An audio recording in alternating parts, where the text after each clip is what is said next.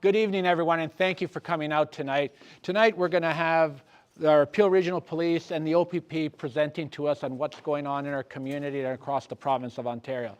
As the Ontario government, we support policing at 120%. We've bought helicopters, we're training new police officers, and we're paying for it as well. We want our communities to be safe, and we're going to do everything possible provincially that we can to have safe communities. Now we know federally there are two laws that are in place that are hindering this issue. It's Bill C5 and C75. C5 is no minimum sentences. If you remember when Prime Minister Harper was Prime Minister of Canada, there was a minimum sentence of 5 years if you committed a crime with a gun. You would be locked up, no questions asked, you're going away for 5 years. That has been removed. And C75 is parole over incarceration if you come from a visible minority or an Indigenous community. I really don't care who you are. My background's Italian, Spanish, Portuguese, English. If you commit a crime, you go to jail. And that's how I look at it as your MPP in Mississauga Lakeshore. And over the years, I've had 3 cars stolen, I'll tell you the truth. One was in North Mississauga, a GMC Jimmy. One, I went to Montreal with a Mustang. I woke up the next morning, it was gone. I had to rent a car to come back home. And another one, if you remember Nob Hill Farms, does anybody remember? I went grocery shopping with my mother. I come out, the car is gone. Right? So, but that was many years ago, but I've had 3 cars stolen.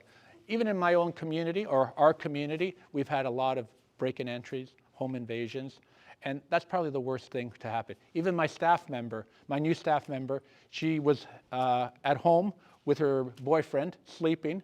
They came in through her front door. They stole her purse. Her boyfriend threw something. They ran away. The police came. They did their investigation. After maybe 2 hours later, they came back to steal the car. They didn't wait a day, or 2 days, or a week. They came back right after, the same day. This should not be happening here in Canada. And you probably hear sometimes, the federal government says that our jails are full, and that's why people are out on parole. That is incorrect. I'll tell you this right now. Right now, we have about 300 people in custody, in jail, that should be in federal penitentiary, but they're in our provincial jails. There is room. And judges and JPs convict on the crime. They don't care if the jail's full or not full. They're going to convict you on the crime that you committed. But the problem is, the judges know that 2 + 2 = 4, but the law is telling them it equals 3. So they have to follow the law.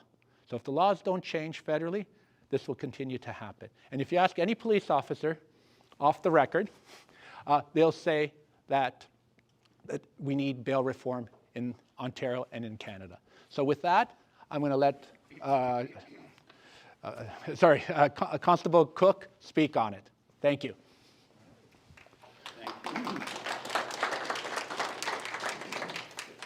Hi, everyone. How's everybody doing today? I'm scared that you were here. You're scared? You're scared? I'm scared. Like I had Santa Claus watching me. I got to be good, or he's going to give me coal. He's watching you. All right, my name is Constable Adam Cook. I work for Peel Regional Police. I've been a police officer for 18 years, 7 of which I did in Brampton, 21 Division, right beside the Bramalea City Centre. Everybody know where that is?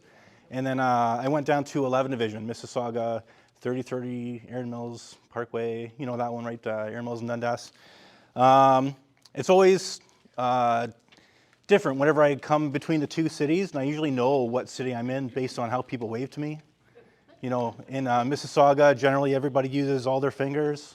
And then in Brampton, they use just the one, I'm kidding, everybody just waves at me with one finger anyway, so I'm just kidding. Nothing like a little cheeky joke to kick it off, right? All right, so usually my presentation is about an hour in length. However, I have about half an hour, so I'm going to really skip through this and try to be as efficient as I can. Just a quick show of hands in here. How many people have ever gotten that weird phone call, that weird text, 3 a.m. From Nigeria? You get that Nigerian prince wanting to get engaged to you, whether you're a man or a woman or whoever, and they just, emails. Yes, exactly. So there are a lot of frauds and scams that are happening, especially in our community, and there are targets, immigrants, etc. And it's a worldwide phenomena, really, and it's getting really, really bad. And like I said, everybody in the room has experienced that at one point in time. So, what exactly is a fraud? Are we allowed to take photos or? Just my good side, just the good side, though. Okay. Of course, yeah, of course. So what is a fraud? A fraud is essentially theft by way of deceit, right? So if I come up to my man here and I grab his hat and I walk away, I just committed theft, yeah? If I come up to my man and I see he's got this hat and I got my trusty knife right here and I say, give me that hat or I'm gonna stab you. Well, you're very stoic over here, I like it. He gives me the hat, what did I just commit? Robbery, right? Now if I say, hey, I really like that hat, I'll give you $5,000 next week. Just give me the hat now and I'll make sure you get the money, no problem, we'll transfer it over, no problem. And then we do that transaction, I take off and poof, I disappear. I just committed fraud, yeah?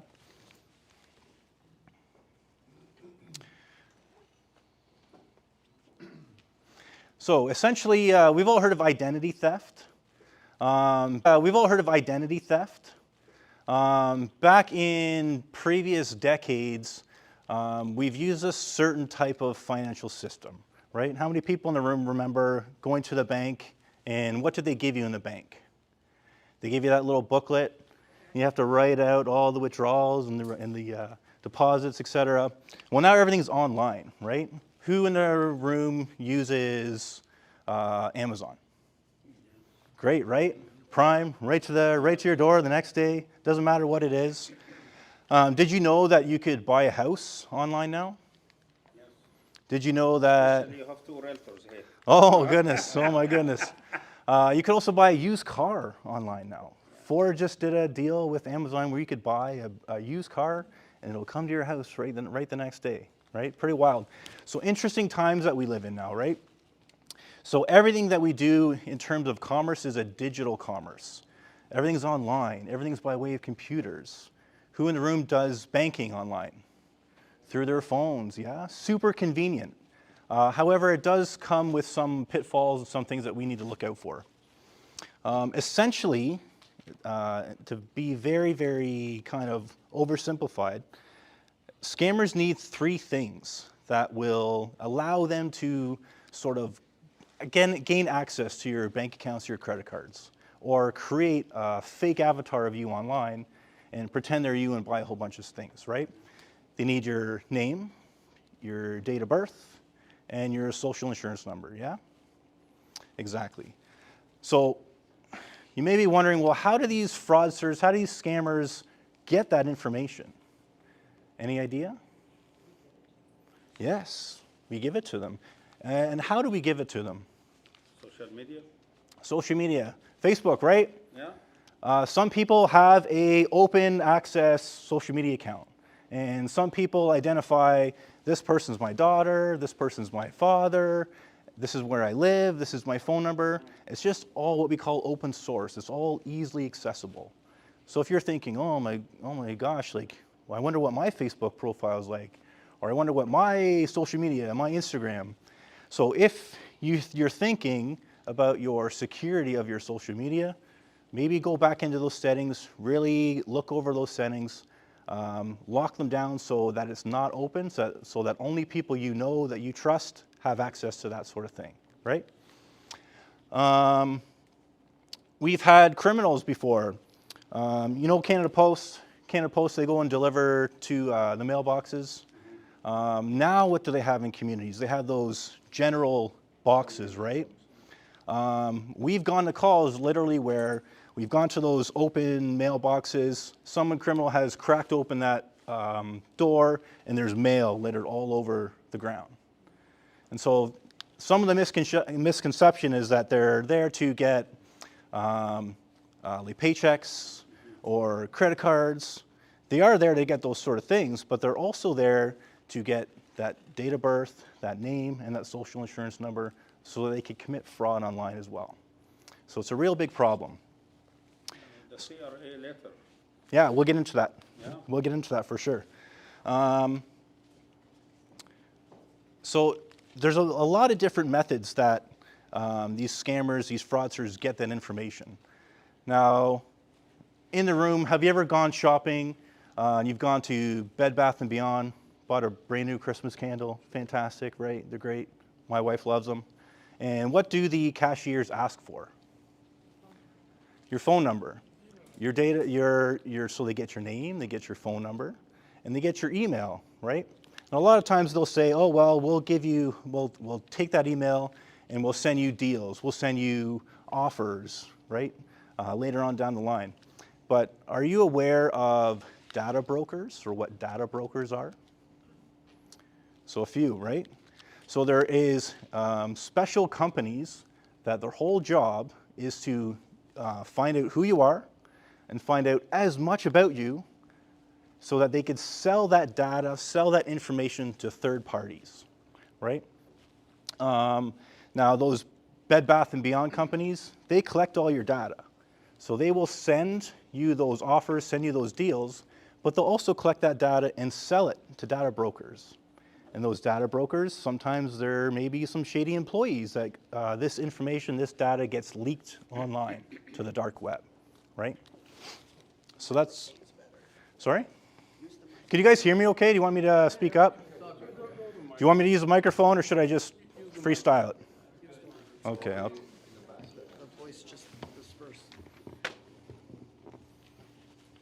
Test, test, test, hello? Now you can hear my, my gross voice here. Okay, so the main type of frauds and scams, we'll go over them quickly. Phishing, right? It's exactly like it sounds. Phishing, they send out a line, send out a bait. You're the fish. They're trying to get you to hook that bait, right? And they do this by sending you emails. And these emails may come from, or would appear to be from legitimate companies like Bell, like Netflix, all of those companies, right? Now you'll probably get emails that look like this. And Bell will send you it'll look like an email, right? Legitimate. Has the Bell logo, has the Netflix logo, etc. But sometimes within those emails, you'll know that there's little clues that they're fake, right? Yes. Looking at this Bell one, and I'm sorry for those who can't see it all that well, but they're trying to offer you a $112 refund. Well, that's red flag number one, right? How many times has Bell ever tried to give you money back? Never, right? It doesn't happen. So that should be red flag number one. Some other red flags in there are if they address it sort of very vague or ambiguous. They say, dear sir, dear client, right? They don't personalize it. Another method is when you're reading those emails, if there's any sort of spelling mistakes or grammar mistakes. A lot of these scammers, these fraudsters, they're not located in Canada, they're located in other countries. Nigeria being a big one, Philippines, India, Pakistan. So sometimes they don't really understand some of the nuances of our grammar and how we formulate words in paragraphs. Now you've all heard the analogy of the Trojan horse, right? There's the city of Troy. People are trying to storm the castle. They can't get through the gates, so they devise this plan to have this horse sculpture. They leave the horse sculpture there. The Trojans say, oh, that looks good, let's take it in. They bring it into the gates, leave it overnight, and overnight a bunch of soldiers come from underneath and they storm the castle, right? Taking all the gold, etc. That's sort of the concept of the Trojan horse, for those of you who haven't heard it.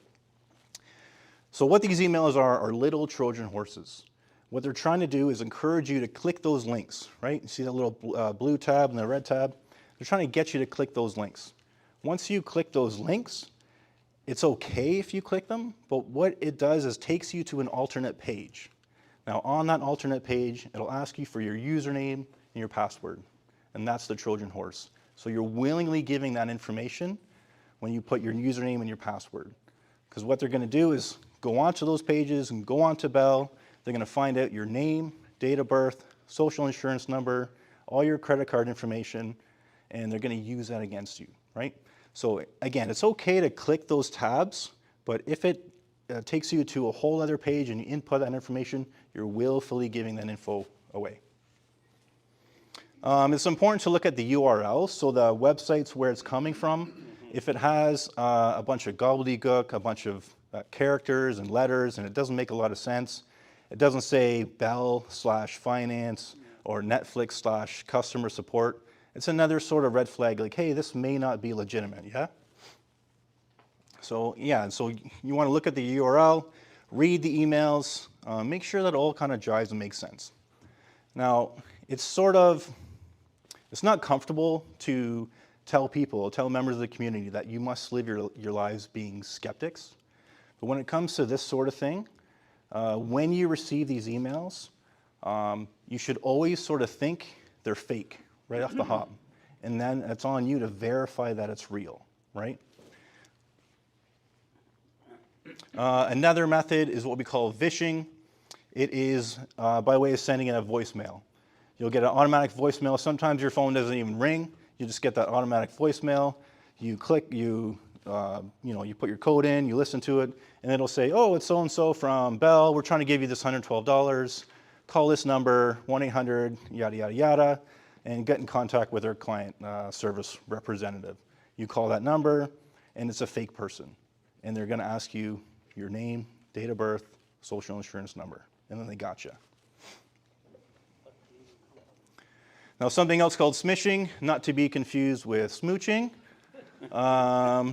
It is by way of text. So SMS is what we call a text or short message service. They may send you certain texts like, click this link to accept your e-transfer. And you're like, oh, I don't remember anybody ever trying to send me money, but okay, I like money, I'm gonna click that link. Or sometimes it'll say, congratulations, you won a 3-night stay in beautiful Maui, Hawaii, the Marriott Hotel. And you click this link to receive your free stay, your free vacation. And you go, well, I didn't ever remember putting into that lottery or putting in for those sweepstakes, but okay, sure, yeah, I'll take it. So that's another method. Quickly looking at these two links here, can anybody tell me if there is any difference between these two websites? Yes. The A's are different. Wow, who is your optometrist? Because that is fantastic. Do you guys all see the difference? So the M, so you have Maybank to you, and again, I'm sorry if the screen is not all that great. You got citibank.com. Looking at the first one, the M's are the same, so are the first A's, the Y, the B, and then if you see the second A after in the word bank, it's a different format, right? So it's spelling the same thing, it looks the same, but it's a little tiny minor difference that may actually trip you up and take you to one of those Trojan horse links.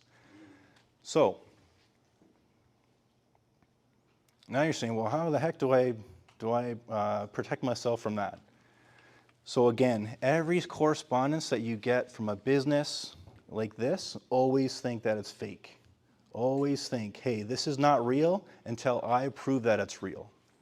So ways in which you could prove that it's real is go outside, go onto Google from a different computer or your phone or something, and look at that Netflix customer support link.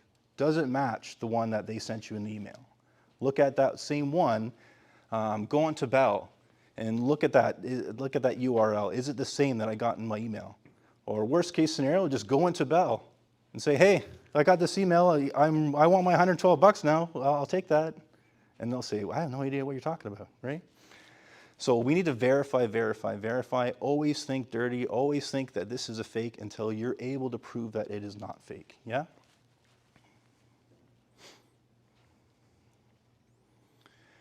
These same things, you'll get lottery scams. Congratulations, you won the lottery, $5 million. Congratulations. Cool, I don't remember entering that lottery, but I'll take it. And then they'll say, all we need to do is send us $1,000 administration fee, then all your banking info, and we'll send that $5 million off, no problem, right away, right? So, I mean, we're all smart in here. We've all lived a certain amount of life that you know nothing in life is free, right? No such thing as a free lunch. If it sounds too good to be true, it's going to be too good to be true. We've had a big problem in the region of Peel with grandparent scams. Anybody heard of these ones? Anybody been a victim of grandparent scams? Yeah. So how this one works is, again, these scammers, these fraudsters will go on Facebook. They'll find elderly people. Elderly people, seniors are huge targets, are huge demographics for fraudsters, for scammers, because like we talked about before, they're from the generation of filling out the book, right? They're not quite used to. This is sort of a second language. Excuse me. So what happens with the grandparent scams are scammers will find open Facebook profiles. They'll find who the granddaughters are, who the grandsons are of these people. And they may find that phone number on there, and they'll call, and they'll say, Grandma, it's Joe. I've been in trouble with the police. The police arrested me. Please don't call Mom and Dad. The police say if I pay them $5,000, well then all my problems will be fine, but I don't have $5,000. Can you wire me $5,000?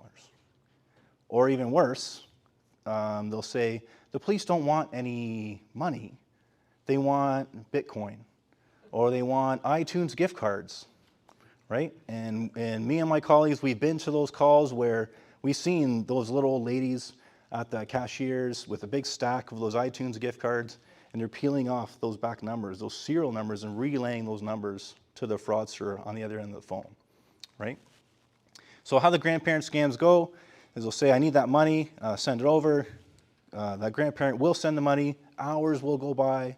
They'll go, hey, I don't know, I haven't heard anything, is everything okay? Finally they'll call, and they'll call Joe, their grandson, and Joe will say, Grandma, I have no idea what you're talking about. I've been at home playing Minecraft all day, everything's fine, right? So what I suggest is if you're ever in that situation, ask them a personal question. Like, hey, what did you have at your birthday? What did I give you for your last birthday? Or develop a safe word. It could be tippy toe or something, right? Just say, hey, what's the family safe word? Oh, okay, it's tippy toe. Okay, this is real, right? So ask those questions. Always think skeptical. Those CRA scams that you were mentioning before, same sort of deal. You get a call out of the blue. Someone's saying, hey, I'm so-and-so from the Canadian Revenue Agency. There's a problem with your income tax return. You need to pay us $10,000 or we're going to put a warrant out for your arrest, right? Now, also similar, those immigration scams. We have a high amount of immigrants in our area. And these poor people, they're coming from poorer countries, trying to come to our country, abide by our way of living, our system of living. They want to do everything correctly. And these fraudsters and scammers are taking advantage of them, calling them, saying, your immigration status is in jeopardy unless you pay us money. And again, pay us in Bitcoin, pay us in iTunes gift cards. Yeah. So just going back to these things, there's essentially two emotions that these fraudsters, these scammers are trying to hit on. And anybody know what those emotions may be? Fear, 100%, right? You think of those grandparents, right? They're fearful their grandson, their granddaughter is going to get in trouble. They want to act quickly. I need to act fast, right? So fear is a huge emotion, a huge trigger. What's the other one? Sorry, I heard of greed. Yeah, that lottery. Congratulations, you won the lottery. Cool, all right, here's my stuff. I want that money, right? So in those moments, if you are experiencing those things, if you're experiencing that fear mechanism, you're experiencing that greed mechanism, just slow down, take a deep breath, critically think, is this real? Is this a real circumstance? Think it through, right? Verify, verify, verify. Romance scams, anybody hear of these ones? Any brave souls willing to admit that they were a victim of any romance scams? Oh, really? Wow. I know somebody that the person that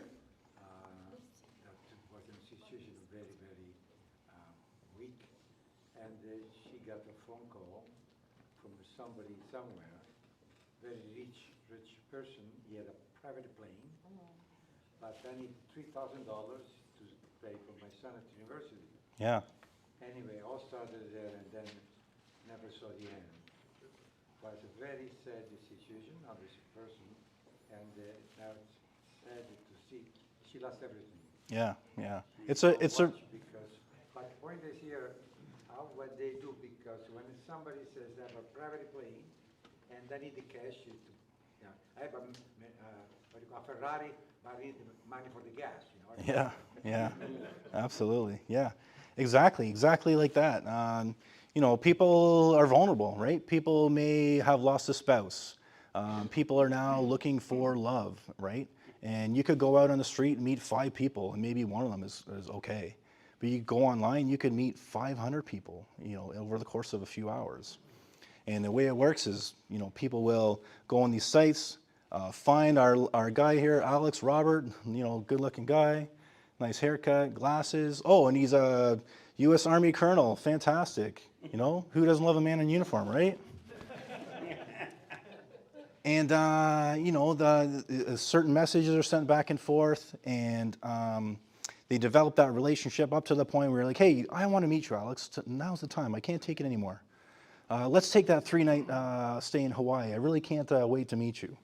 And then you say, well, I want to FaceTime. I want to hear your voice. And Alex always has a reason why he can't see you in person, right? So that's a big red flag. Someone's not willing to FaceTime or see you over the video or over the phone, big red flag. Up until the point where now things are going along and Alex says, you know what, I can't wait to meet you. Let's actually take that trip to Hawaii. But all my money's tied up in investments right now, so if you don't mind, just send me $5,000. I'll buy the plane tickets, I'll meet you there. Money gets sent, then poof, Alex disappears, right? Log on to whatever website that is the day after, and that login's no longer there, deleted, gone, poof, never existed.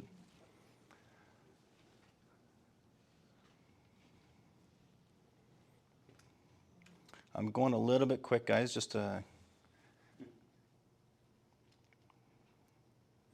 Contractor frauds. Anybody heard of this one? I love this slide because the guy on the right looks like my old boss. And so contractor frauds, right? Being a homeowner is expensive. Something happens to your home, you're contacting a contractor, and you want to get the best deal. That contractor says it's going to cost you $20,000 to fix your roof. You go, oh my goodness, well, I'm going to call around. I'm going to go on Facebook Marketplace. I'm going to go on Craigslist. I'm going to find some other guys. Then you find these 2 shady guys right here. And they say, 20 grand, no problem. We could do way better than that. We'll charge you 3. And they'll say, send me a deposit and I'll start the work. Send the deposit and poof, they disappear. Or even worse, they show up to the house and they do the work and they do half the work and they leave a big giant pile of shingles on your lawn, and there's a big hole in your roof, and it's about to rain in the next 2 hours. And they say, you want us to finish the job? Okay, we're going to need you to send over $20,000 right here and now. And they got you over the coals, right? So that's how contractor frauds go. The way to protect yourselves from those are the Ontario government actually has a registry where you could look up registered contractors, where they're going to be licensed and they're going to be insured. Very, very important things when considering a contractor, okay? Go on Google, go on Facebook, and read those reviews. However, just know that Google has the ability for people to pay for 5-star reviews. So read the 5 stars, but also read the 2, the 3, because that's where you're going to get the real information, right? That's where you're going to get the people saying, yeah, they showed up, they did half the work, and then they left. So make sure you read those reviews. Payment card frauds. Now, who in the room has used TAP? Right? Fantastic bit of technology. And I'm just going to put the mic down for a sec. Fantastic bit of technology. Can I borrow your bag for a second here, brother? I'm just going to need a bag. It's all good. Fantastic bit of technology, and they have what, like a $200, $250 limit, right? Yep. Very convenient, very easy to use. However, scammers know this. So what some are doing are going on Amazon and they're buying these point-of-sale machines. The ones with the little batteries in, you know, that you get at the restaurants where they walk around, they give you the restaurants.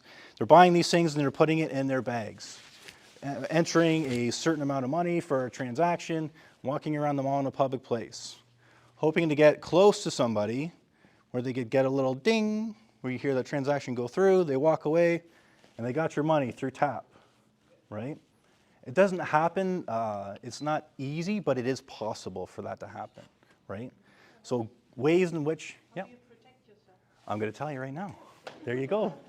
So ways in which you can protect yourself, and if anybody has one in the room, there's something called an RFID blocker. Does anybody have one of those little plastic sleeves? Oh, of course, yes. They sell these little plastic sleeves that go over top of your debit card. Yes.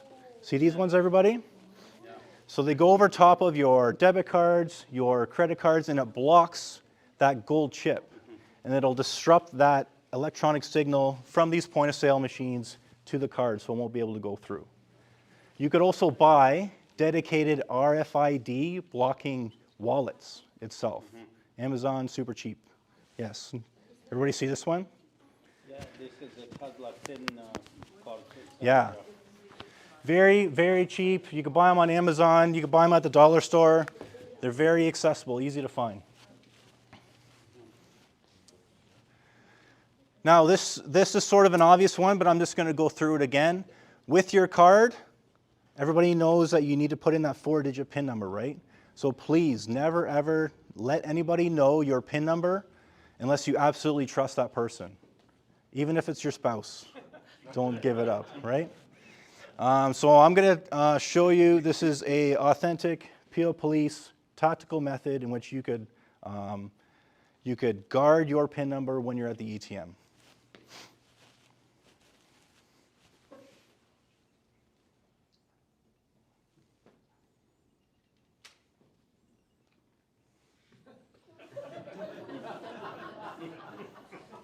Hey, little, ha! That'll get them. I'm just kidding, but any method, any means in which you could protect your PIN, I recommend that's what you do, okay? Don't ever give your PIN away. Don't use obvious things like your date of birth, your address. Use something totally obscure, only you would know, okay? On the topic of that, those ATMs, if you are really sort of uneasy about them, I recommend using the ATMs that are inside the bank, Yes. okay? There's countless... They put something like cover or something to Yeah. read your PIN. Yeah. So you're inside the bank, you have those dividers, Yeah. you have the workers around, there's other people, there's lots of cameras, right? Those exterior ATMs are really dangerous, right? You don't know you're putting it in, you don't know who's behind you, you don't know if someone's waiting in the dark just on the way to rob you. So I recommend, if you're going to use the ATM, use the ones inside, okay? Pizza and taxi scams.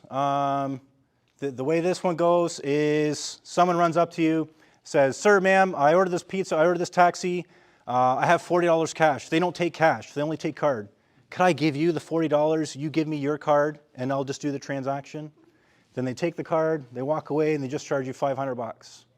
Or they scan that card, getting your card details and your PIN, and they're going to do who knows what with it. Now they have access to all your treasure, so to speak. If you want to know more about frauds and scams, the RCMP have a great website called the Canadian Anti-Fraud Centre. You guys could take a photo of this slide if you want. Getcybersafe.gc.ca is a great website that you could go on, look up tips and tricks on how to navigate the internet safely. And that last one there is the Ontario Securities Commission. I skipped over the cryptocurrency stuff because it's really sort of in the weeds.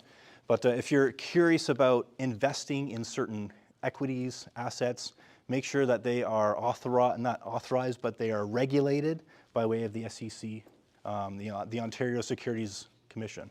Okay? Peel Police, emergency is 911. Okay? So if you're getting stabbed, beat up, robbed, you call 911. If you're upset because your neighbor's grass is longer than your own, or if your neighbor's having a party on a Friday night and they didn't invite you and you're mad about it, you could call that yellow number right there, 905-453-3311. That's our general line, okay? We have a high amount of calls, a lot of volume going through Peel. We want to make sure we keep the lines open for those real big emergencies. Sometimes we have wait times as long as 4 minutes. So we're all great community members, so let's just please, if you're gonna call the police, unless it's an emergency, you could call that yellow number right there, okay? Peel Crime Stoppers is a civilian entity. If you want to report a crime, you could give them the details. They'll pass it on to us if there's anything there, and you may get a reward from it. Peel Police, we're on X, we're on Facebook, we're on Instagram, YouTube. So please like, subscribe to the videos, check out our merchandise. I'm kidding, we don't have a merchandise site. If you are a victim of a fraud or you want more further information, you could call our fraud bureau. That's that number right there, 453-2121, extension 3335. Or if you want to speak to me and my colleagues, get some more information, or if you are a leader of a community group where you want us to come in, speak to your group about frauds and scams, personal safety, any of that kind of stuff, it's a free service, free charge. We're happy to come out and talk to you guys, and that's that bottom number right there. Okay? So thank you so much, guys. I appreciate your attention. It was quick and dirty. Are we doing Q&A sort of at the end, or? Do it at the end, this way. Okay. I have a quickie. Why did you bypass the credit bureau slide? Why? It's just in the interest of time. That's all. Because I got to let my colleague. Identity theft? Sorry? Identity theft? Yeah. Okay. Yeah. So I'm just to kind of roll through it. Yeah.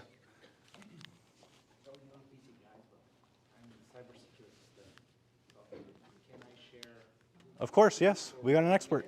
Yeah. Hello, I'm cybersecurity architect.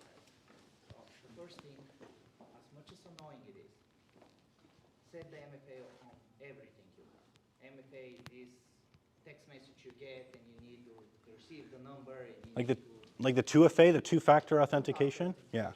The short is MFA. Okay. Multi-factor authentication. Yeah. So either if it's like an application that you're receiving like a push notice and they will ask you, let's say, write number 99, and you need to write for everything, for your banking, for your websites, for Amazon, for everything. This will protect you.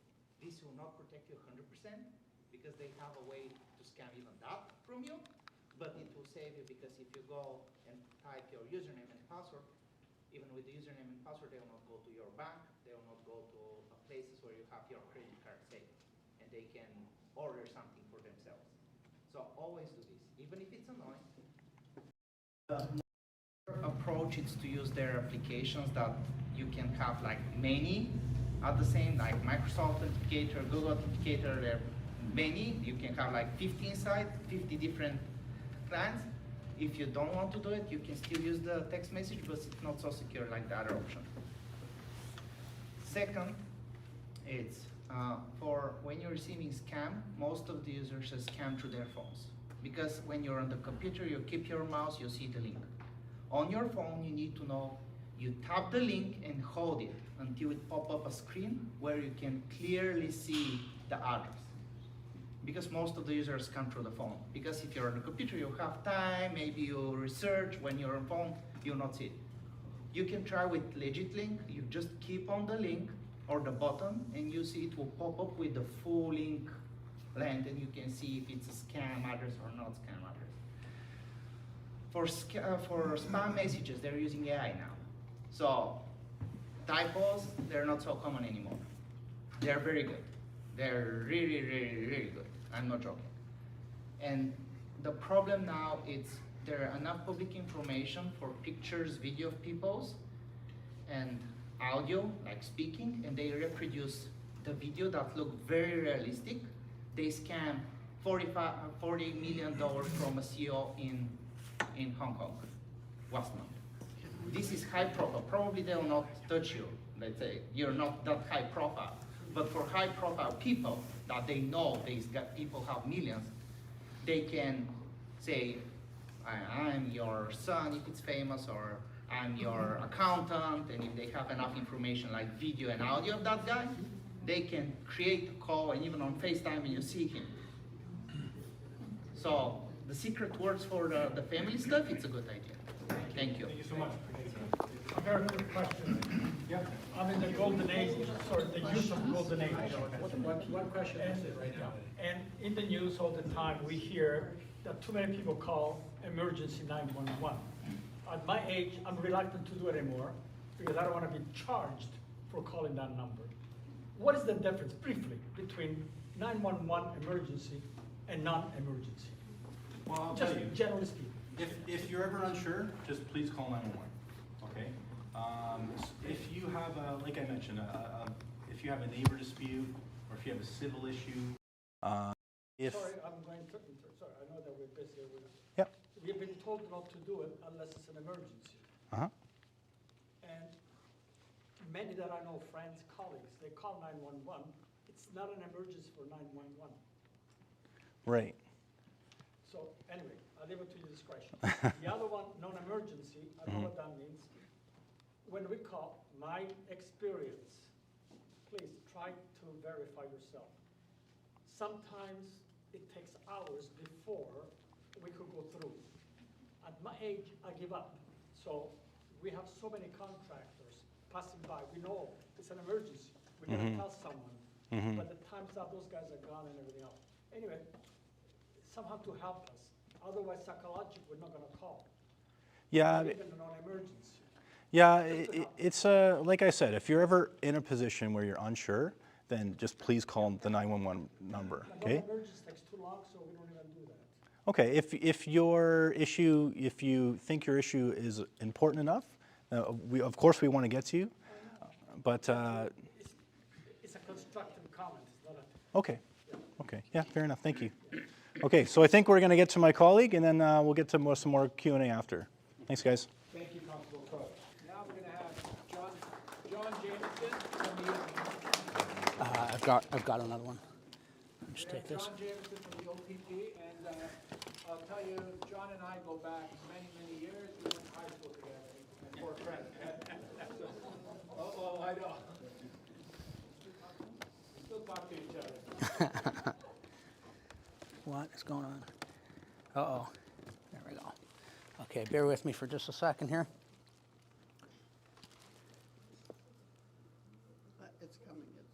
There we go. Okay, thanks everyone. I guess I can call you Rudy. We've known each other long enough. Normally it wouldn't be okay, but so my name. I'm gonna have to unfortunately go back and forth. So I wear hearing aids as well, and reading glasses, and notice Rudy doesn't though. So anyway, if anybody can't hear me, please let me know. I'll try my best to keep it loud, but unfortunately we've got a little technological challenge, or I do, and I'm gonna have to go back and forth with my laptop a couple of times. So I want to be able to move through this stuff fairly quickly. It's not so important that you actually be able to read everything on the screen. It's more of a prompt, and I'll let you know the important parts to note. So a little bit about myself very, very quickly. I started in 2007 with the OPP as an auxiliary, and that's basically a volunteer. And in 2010, I was hired on full-time, and I spent 5 years at the Poor Credit Detachment down here, running up and down the QEW. Well, not running, obviously, but working on the QEW, et cetera. And then you may know that it's closed, and the detachment, that same body of people, is now up by 401 in Winston Churchill. That's the replacement detachment. Still covering the same area. It's a large area. And so since 2010, I've been on what is our collision reconstruction team. My specific role is a forensic mechanic, truck inspector, photographer, technical collision investigator, and I think I'm out of hats at that point. So I have my truck and coach license, and I have my automotive license. So if there's a serious crash on the highway and our team is deployed, I would likely be doing, or one of the 4 mechanics on the team that would be doing the inspections on the vehicles. So the OPP very quickly is split up into 6 regions.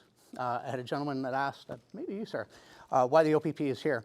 We cover all of the province, and we fill in basically where there isn't regional policing or local police.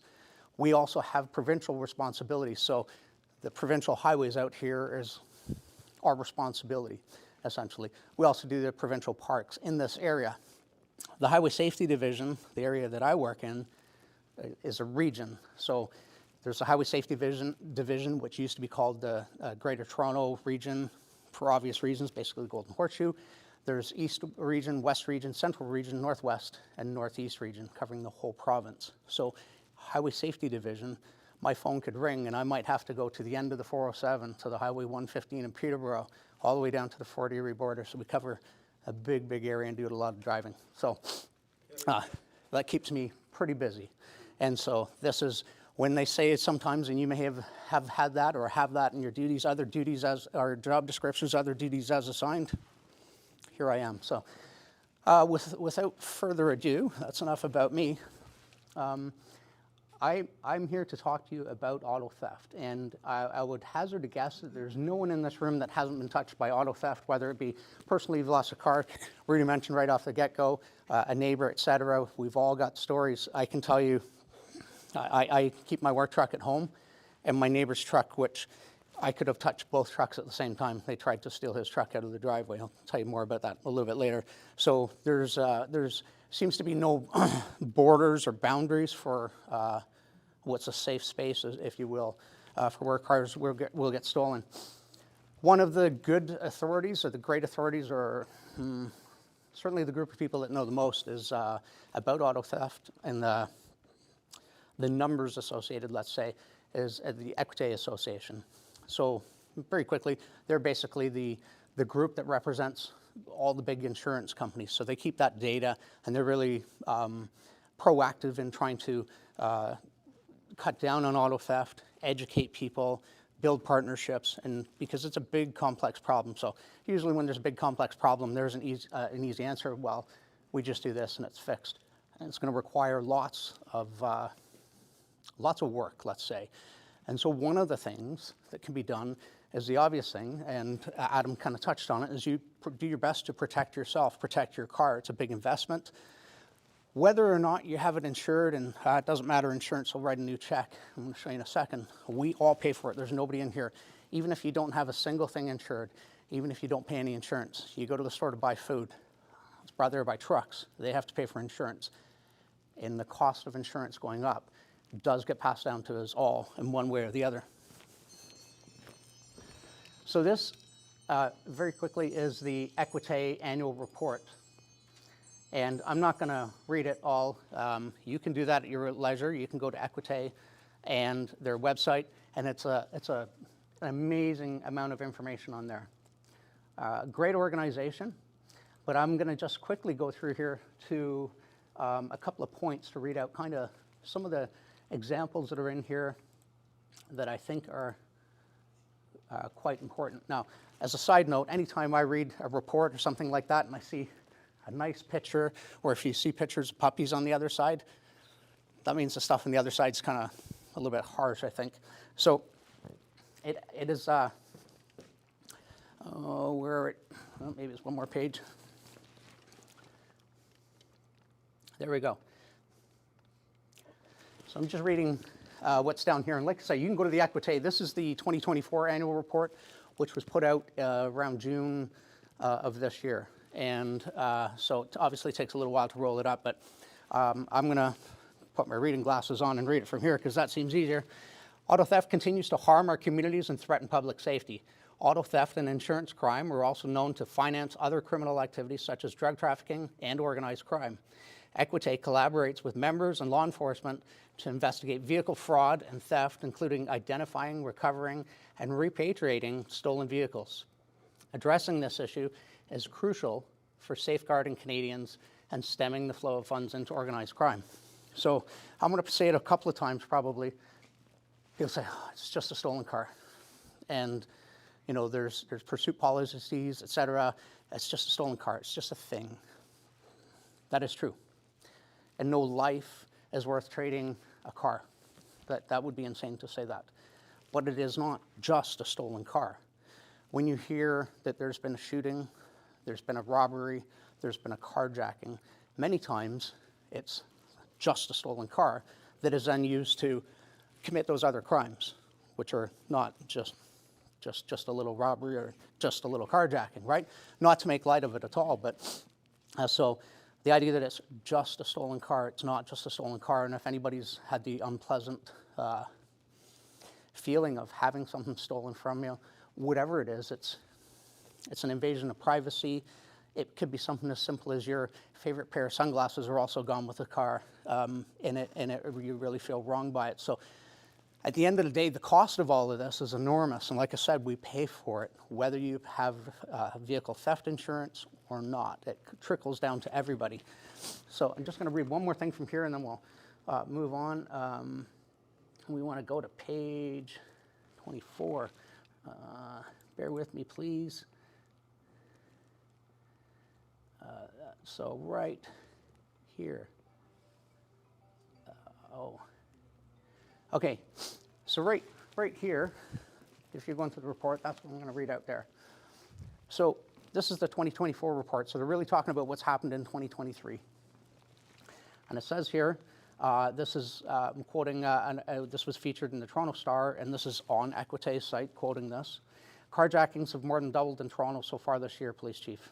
So I'm assuming that was the Toronto police chief. It's not very thorough there, but according to Toronto Police Service, carjackings have more than doubled when compared to the same time last year. Equité's Brian Gast advises taking a layered approach to protecting yourself.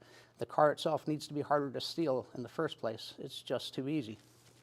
So the worst offenders there are the people that start, or the easiest car to steal, in my estimation, is the people that leave the keys in the car, start it up, warm it up in the driveway, their car's running there. Or you stop by your favorite coffee shop to get a coffee, the car's running, right? That's been, people still do it for some reason. And insurance companies still pay to replace those cars for some reason, AKA we all pay for it, okay? So police chief there is basically saying we need everybody, sort of a team effort to get this vehicle theft under control. And I'm going to get to the how you can help eventually here. That page 24 is also on here. So just after that, so down here, and again, I'm just pointing it out because if you go to the report, you can kind of see where I was reading from. Most stolen cars in Canada last year. So again, this is the 2024 report talking about 2023. There have been some changes, and they're claiming about a 19% reduction from 2023 to 2024, and they're forecasting more, even bigger reduction, and that's because of a bunch of things. Efforts by police, efforts by government, both federal and provincial, and efforts by the vehicle owners to be more aware of where you leave your car, how you park it, et cetera. And so a team effort to reduce the amount of stolen cars. But here's an eye-opener. And Canada joined the 196 countries in Interpol's stolen motor vehicle database last year and was instantly placed in the top 10. So of 196 Interpol countries, we immediately shot up to the top 10. If you were an athlete, that'd be great. Not so much for us, because again, like you think, how bad does it have to be if we're in the top 10? They end up in Lagos, Nigeria, driving with the Ontario license plate. Yes, there's lots of examples of that, and I'll kind of touch on that. Gas cites global cooperation from numerous levels of law enforcement as playing a large role in recovering stolen vehicles. But now the issue is the ease of which these vehicles can be stolen in the first place. Cops running around chasing stolen cars is a ridiculous waste of resources. Hello, manufacturers. Now, that's the quote from there. So, just speaking for me, and I'm sure, and I can't speak for you, but if your car was stolen, you're probably not going to be concerned about whether I have something else to do. You're going to feel like the police should be looking for your car. And I would agree, because if my car was stolen, I'd kind of want somebody to be looking for it. And I can assure you, and I'm sure command staff could stand up in here and say, we get bulletins all the time. We get told about the cars being stolen, and it is difficult, because if you see that stolen car, you try to stop it. There are techniques that we can use, but by and large, guess what? They don't stop, and they keep going. So we have to, the running around chasing is a long, drawn-out process, gathering data, who's involved, and it's not just a whole pile of individual actors usually, it's organized crime. So it's the same people doing the same thing over and over and over again. So we do have very coordinated efforts, and we do make headway. As an individual person, if your car is stolen, I can see how you might feel that we're not doing it, and I can assure you we are, to the best of our ability within the rules, to get the cars back and to stop the people that are doing it. Unfortunately, because it's such a lucrative market, when you remove one group, another group moves in. So there's a big team effort required, and if every layer does their bit, starting with the owners of cars, not making yourselves easy targets. Okay, so in the equity, I'm just going to scroll through it. I'm not going to read any more, but you can see all the large insurance companies are involved. They're sharing data and working to, and I certainly can't speak on behalf of the insurance companies, but I'm sure they would prefer not to be writing these enormous checks over and over and over again and be able to make profits another way. So we're going to close that down, and I'm just going to move to some data. We're going to go straight to this screen here. So I'm aware it's 2025, so the 2024 report is using this data rolled up, basically, and then we're going to move forward to the 2024 data. But you don't even need to see the numbers. This is just up here for me to have something to point to, really. Well, what's up here in these columns is, I wish I was taller. This is the Ontario chart, and this is the Canada chart. If you go on the website, you can look at individual provinces and you can compare each and every one. Mostly, it's the same cars. As you see on, well, you can see on here, Land Rover Defender, Cadillac Escalade.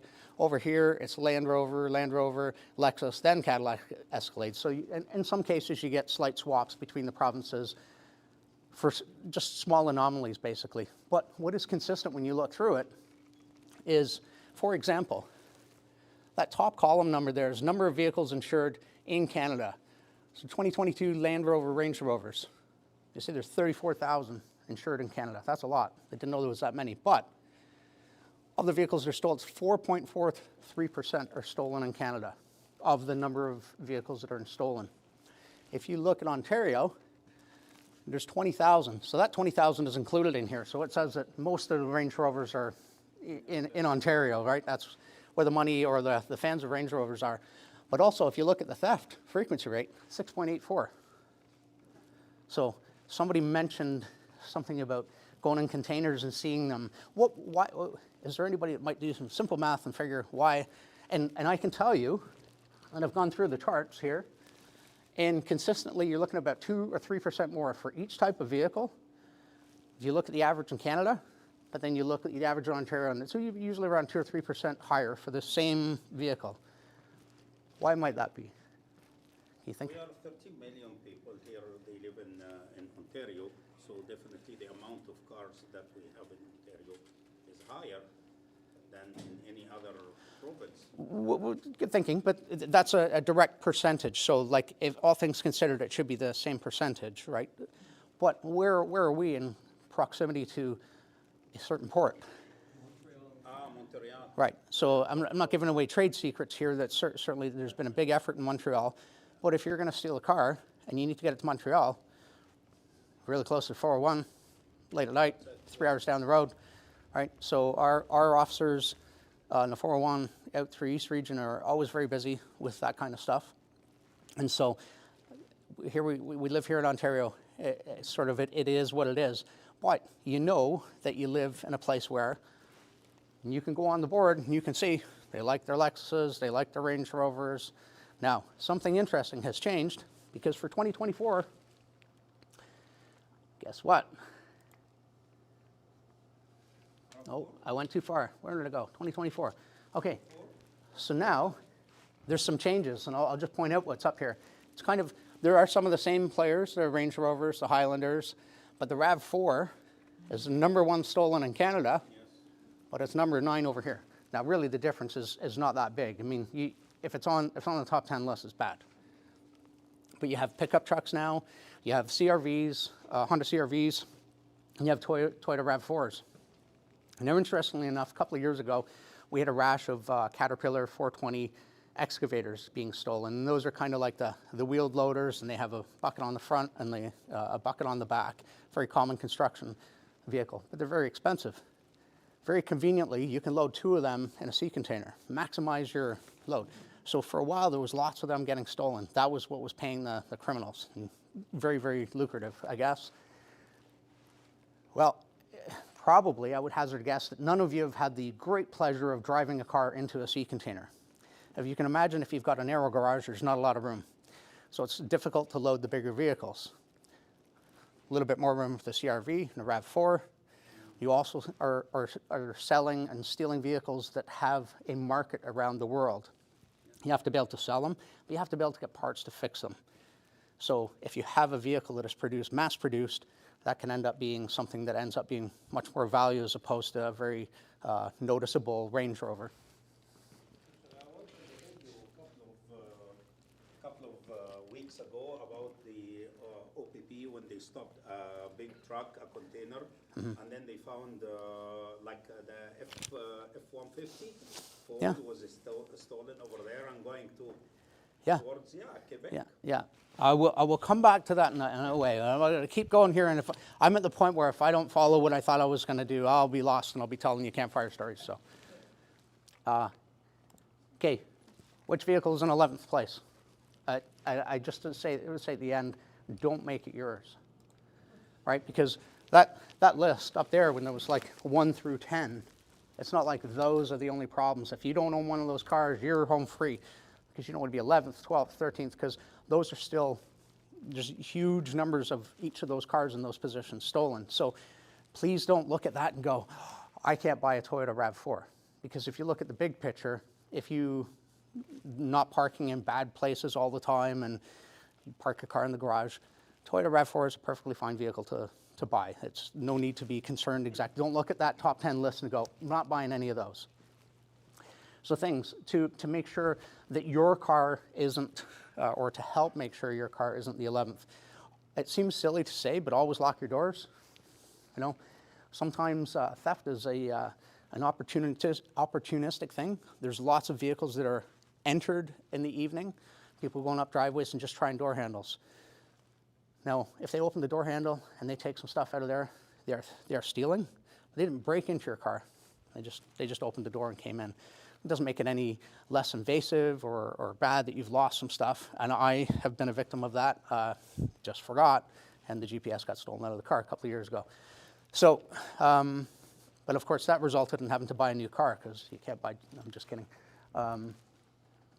So an important one: if you have a car, or if you have a newer car that has basically a key that communicates with the car.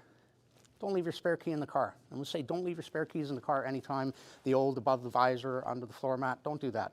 You're dropping it off for service, don't do that. Don't leave the key in the car. In particular, you might not notice if you leave your spare key in the car and you just get in with you think you're carrying it, but it's not the spare key. It won't lock. The car doesn't lock when you have the key inside. Depends on how it's set up. It depends on how it's set up. But the problem is you get in the car and you press the start and you go, and you think you're starting because you have that key. I can tell you, I got a Nissan Pathfinder and I have it set up that way for different reasons. But if you have the spare key in there, so you just avoid that situation where a spare key is left, and even in close proximity, there can be relay attacks where basically they read the key from inside the house. And Adam spoke about the RF shields. You can get Faraday bags to basically put your keys in. So even if you're leaving them near the front door, it will stop them from communicating with the car. In my case, I don't live in a big house. If I leave my truck key near the front door, I can just go up and press the button and open the door because it thinks the key is close enough. It thinks I have the key on me, even though it's just inside the house. So it might be something to check because you're never going to notice that because you're going to walk up with the key in your car, in your pocket, open it and go, it's working fine. Because you usually can't check the door in your car from inside. So if you have that, something to check, because that means all night your car is basically lying open. And so just something, and maybe not everybody has that. Parking well lit areas, that seems pretty obvious as well. A lot of people want to be eco-friendly, turn the lights off, etc. But think of it this way, crime, everybody gets the dark alley, don't walk down a dark alley at night kind of thing. Make your house or place wherever you keep your car less inviting for somebody to hang around, somebody to do something to your car. Park in the garage is possible. This is one that's, if you're fortunate enough to have a couple of cars, consider how you park your cars. Basically, I've got an old minivan. I'll park that behind the new truck. Probably nobody's going to steal my old beige minivan.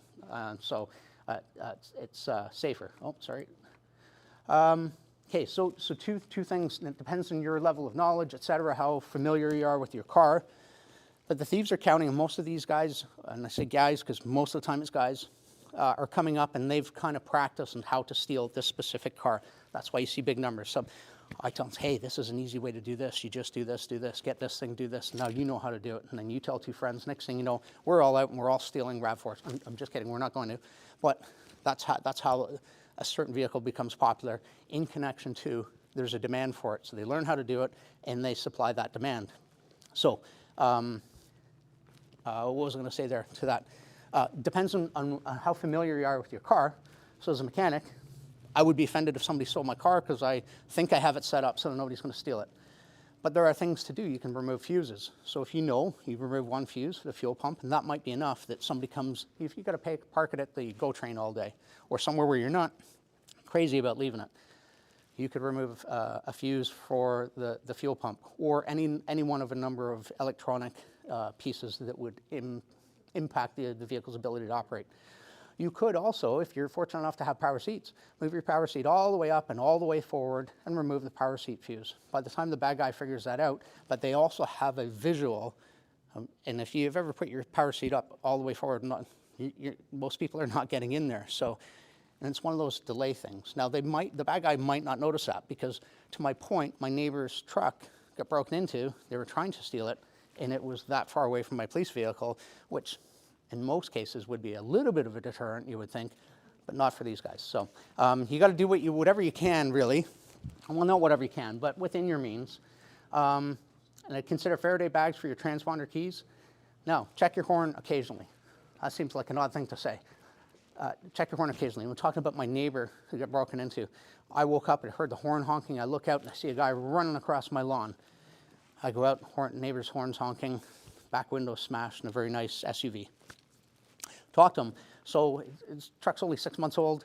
He had gone down to a GO train station, parked, gone to a game, come back, truck's there, no problem, comes home. A week later, his wife, who's a little bit more of an aggressive driver, had reason to honk horn at somebody. Horn's not working. They go to the dealer and say, 6 months old, what's wrong?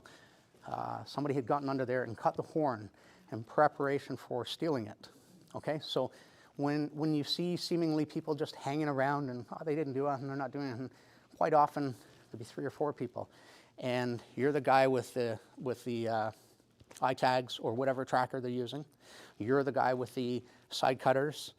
You're the one with the phone to call if something's going on, and you each do a little bit, and together nobody really has auto theft tools per se, and then they come and take it at an opportune time, and they can tell where it is. So again, but that's just general awareness. Something's not right. I left it here. There was people hanging around. What can we do to protect ourselves? And that's the very rushed through short version. But so going back to the team approach, I can assure you we are trying our best to combat vehicle theft. Individually, the best thing you can do is protect your car. Make sure you lock it. Make sure you leave your keys out away from the car. And just like it was mentioned very quickly, I don't know how many times to stop people, and they have their life story in a glove box. When we talk about identity theft, if somebody steals your car, they have all your proof of insurance, all your repair receipts. They can compare your signature, the places you go, email addresses, and everything. So don't leave all that personal information in your car, okay? And good luck. You must have your proof of insurance, but you can also have that on your phone. You have to have your permit for your motor vehicle or a true copy. So I would suggest a true copy. And you have to have your driver's license. Now, and that doesn't have to be left, none of that has to be left in the car. You have to surrender it when you're stopped. Okay, so maybe you don't want to carry it around with you all the time, but it may be a consideration. You don't actually leave it in the car. You don't leave any information. But you can have it on your phone. Yes. Proof of insurance only. That's a recent addition. Proof of insurance on your phone, photocopy of your permit, and your driver's license. Thank you, John. Thank you. Any questions?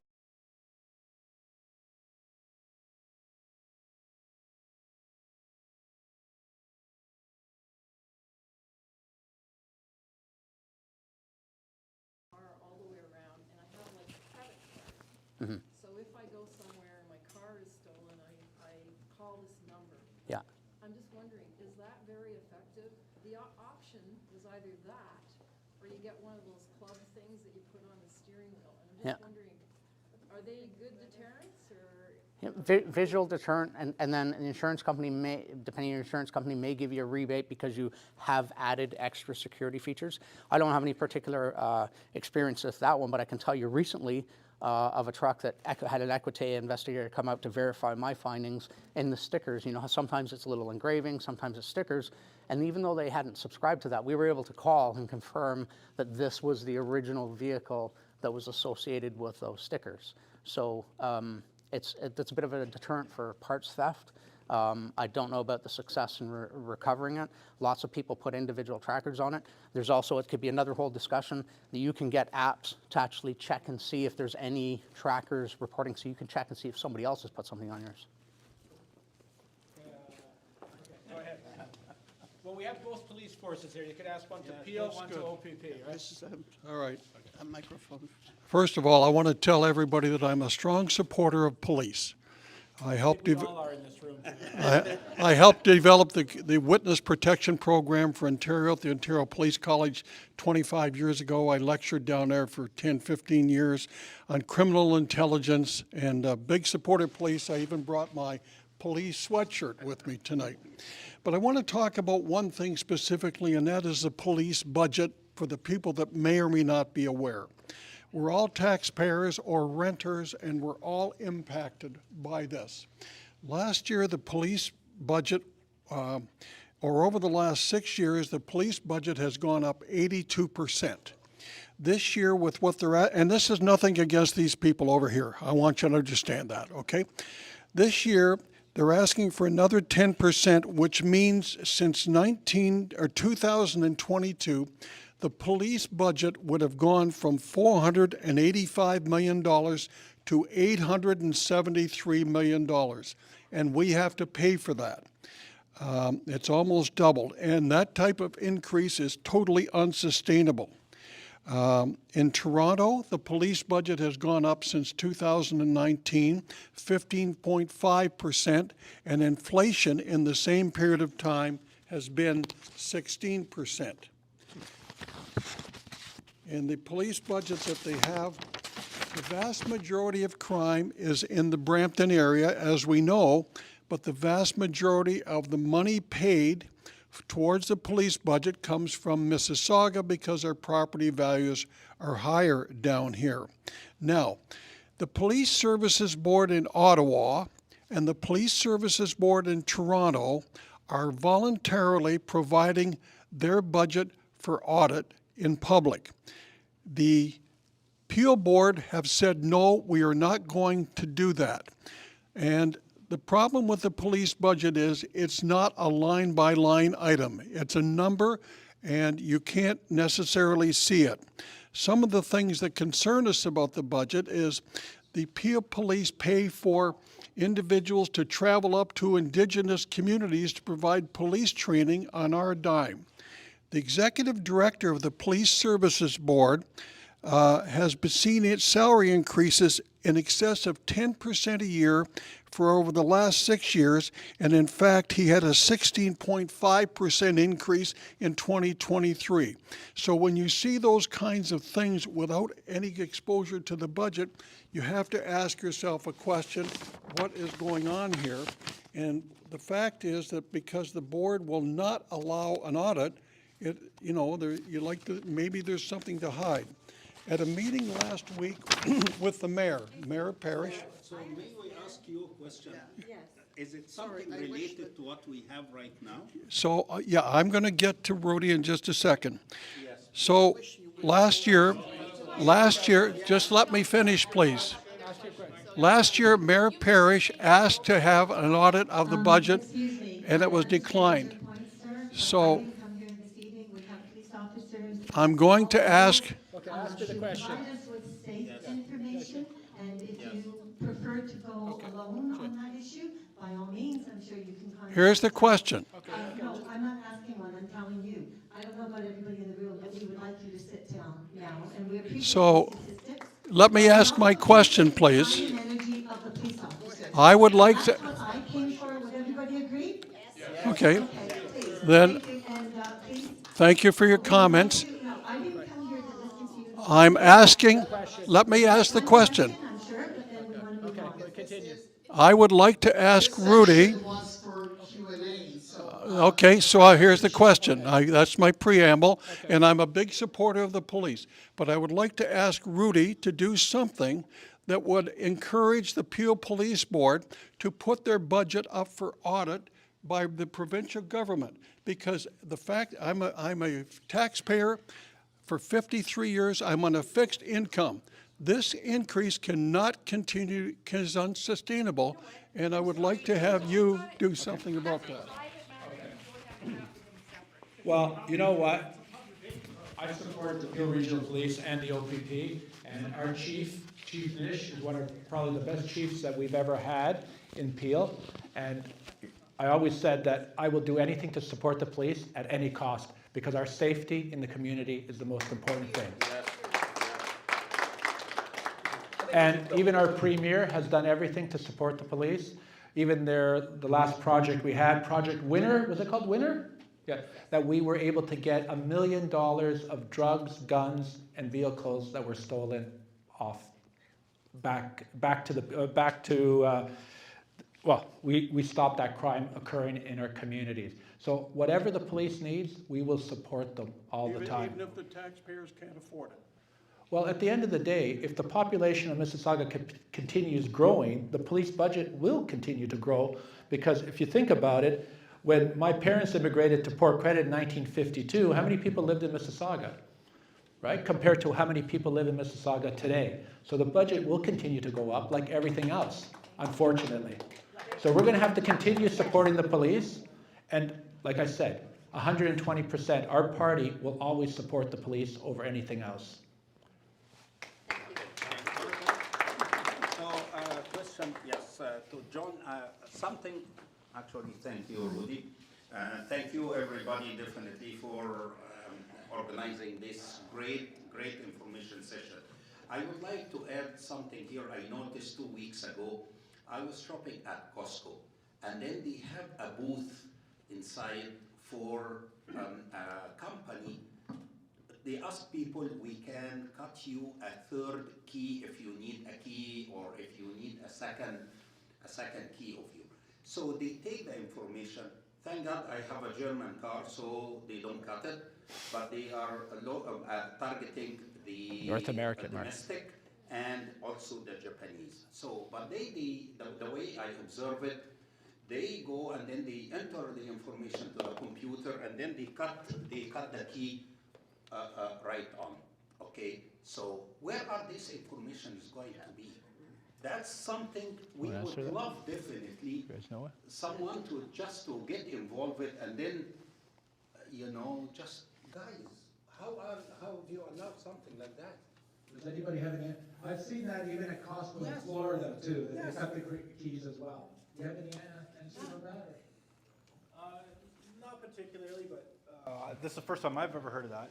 No, but Costco, Dicks and Dundas. yeah, I would recommend, guys, like, we're Go to the all smart, dealership. reasonable, rational people. If you ever get one little inkling that this does not feel right, then don't use that service. Don't provide that information.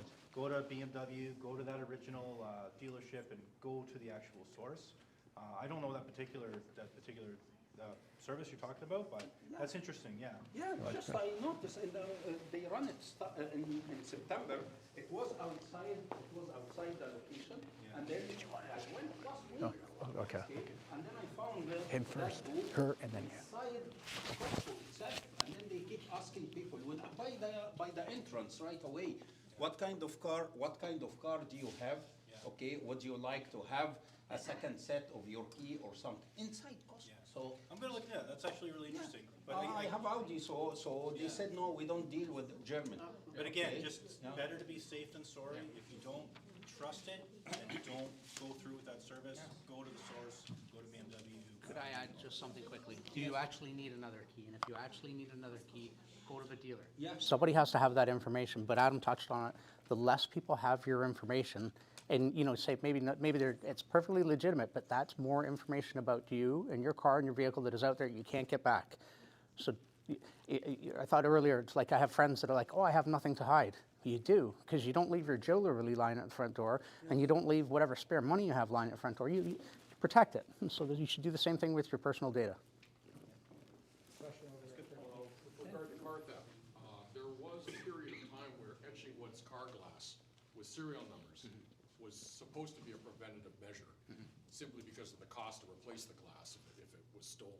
Does that still pertain? Is it still valid? Well, I did touch on it. It's like we had one that had the stickers on there that are anti-tamper stickers, and that did help us actually sort out the true identity.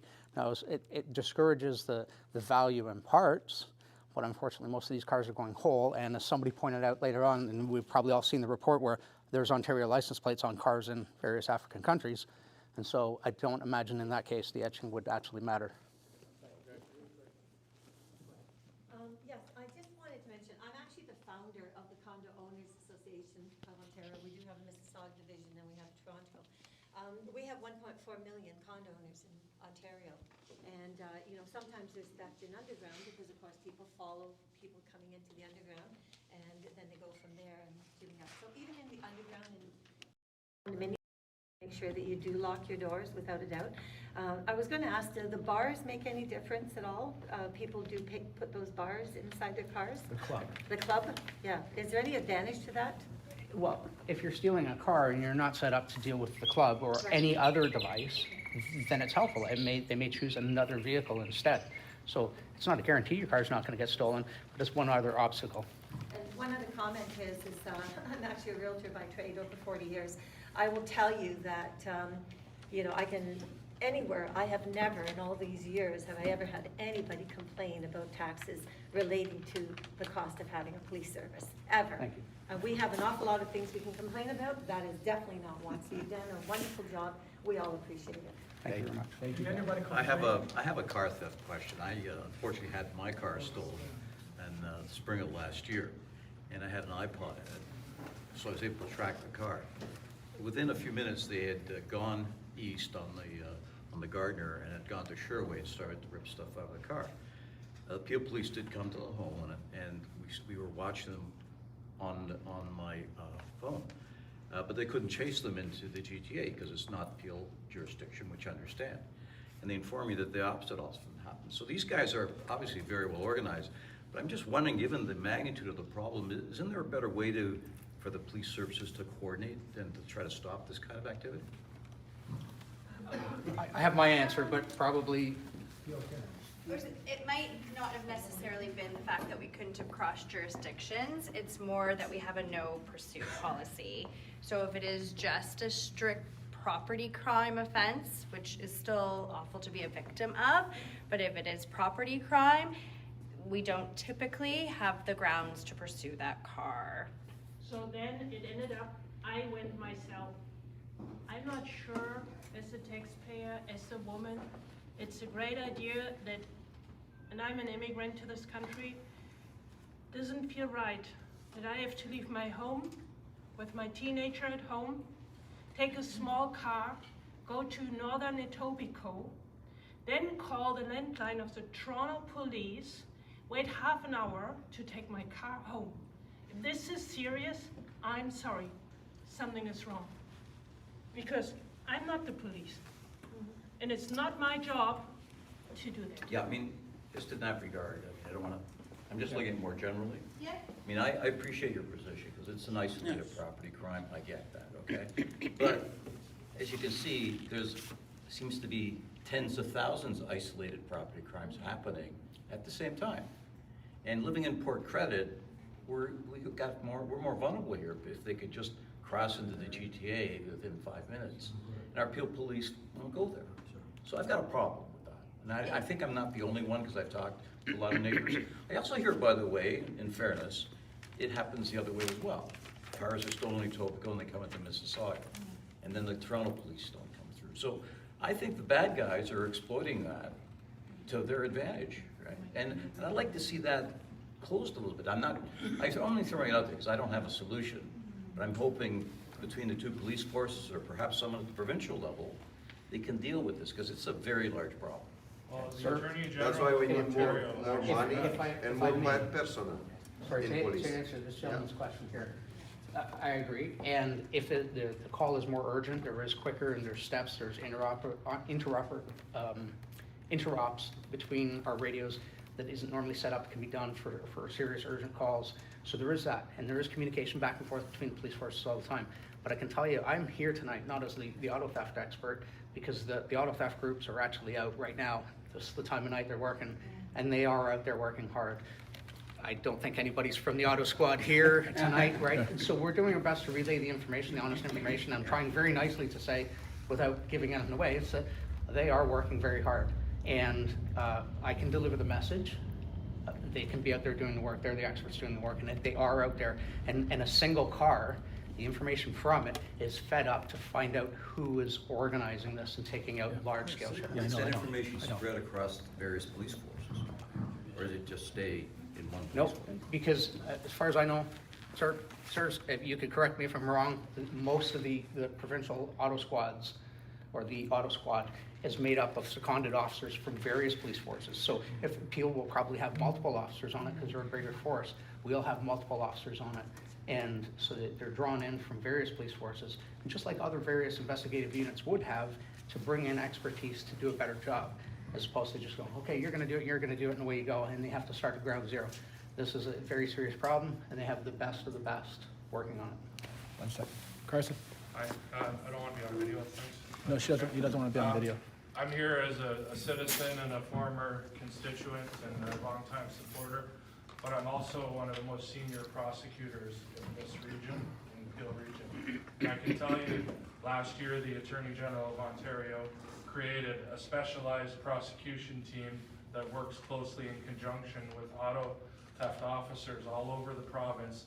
And what they're trying to do is concentrate prosecutorial efforts at the high organized crime level to take the money out of it. We're never going to get rid of auto theft, but rather than it being a huge, big business, they're attacking it head on and trying to take the money out of it and make it less of a forceful thing. And I can also tell you that having been a prosecutor in this region for over 20 years, I've worked under various political parties over the years and different police chiefs, and I can tell you right now the Peel Regional Police are envied across this country. They are one of the finest police services ever. And secondly, I can also tell you that Premier Ford and Attorney General Downey have put more money into the criminal justice system and care very much about law and order.